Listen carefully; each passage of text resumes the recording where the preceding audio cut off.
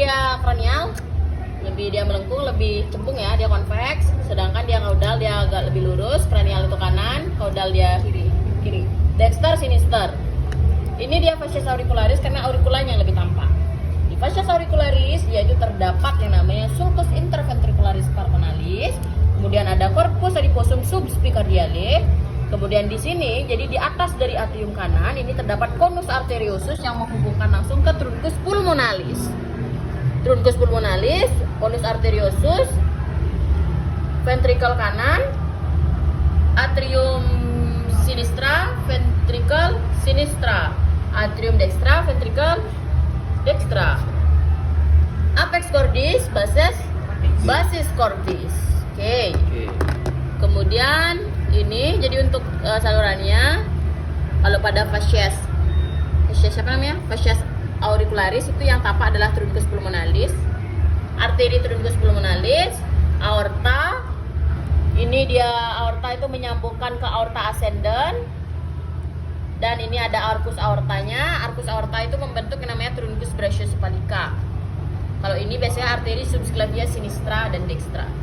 Ini dia sinistranya, ini dextranya ya. Kemudian ini atrium kiri, ventricle kiri, atrium sinister, ventricle sinister. Di atasnya baru ada vena pulmonalis. Vena pulmonalis itu terdiri atas lubangnya namanya ostium venarum minimarum, lubang doang, sama foramina venarum minimarum. Sedangkan kalau pada ini namanya vena cava cranial, ini vena cava caudal yang terdiri atas foramina venarum minimarum juga. Jadi lubang-lubang kecil di atas dari atrium kanan, atrium dextra, ventricle dextra. Oke. Kalau pada fascias atrialis itu dia terdapat sulcus interventricularis subsinosus, corpus adiposum subspicardiale, yang kecil-kecil itu namanya sulcus coronaria. Karena dia terisi atau terlintasi oleh yang namanya arteri coronaris.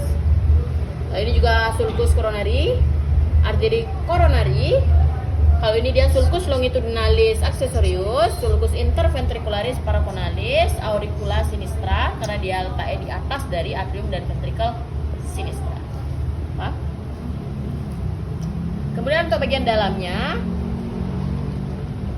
jadi ini adalah daerah aorta. Jadi ini disebut sebagai sinus aorta dan ini adalah katupnya. Jadi ini adalah katup atau valvula semilunar aorta. Valvula semilunar aorta, sinus aorta. Oke. Kemudian ini adalah valvula bicuspidalis, karena dia di kiri dia tuh tampak lebih memanjang ke bawah. Sedangkan kalau dia kanan dia tuh akan melebar ke samping, makanya tampak lebih kecil. Sinistra, dextra. Pada bagian jantung yang mengarah menuju ke apex cordis itu akan didominasi oleh yang namanya ventricle sinistra dan dextra. Kalau pada basis cordis itu yang mendominasi adalah atrium. Oke. Ini valvula bicuspidalis atau mitralis, dia terdiri dari tadi yang namanya cuspis ya, cuspis parietalis dan teman-temannya itu. Kemudian kalau di sini ini dia katupnya, ini valvula tricuspidalis.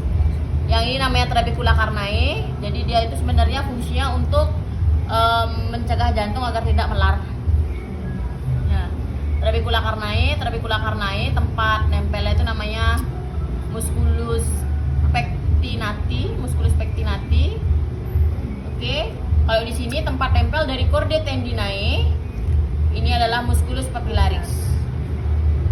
Kalau ini ruang di atas valvula itu namanya atrium sinistra, ini atrium dextra.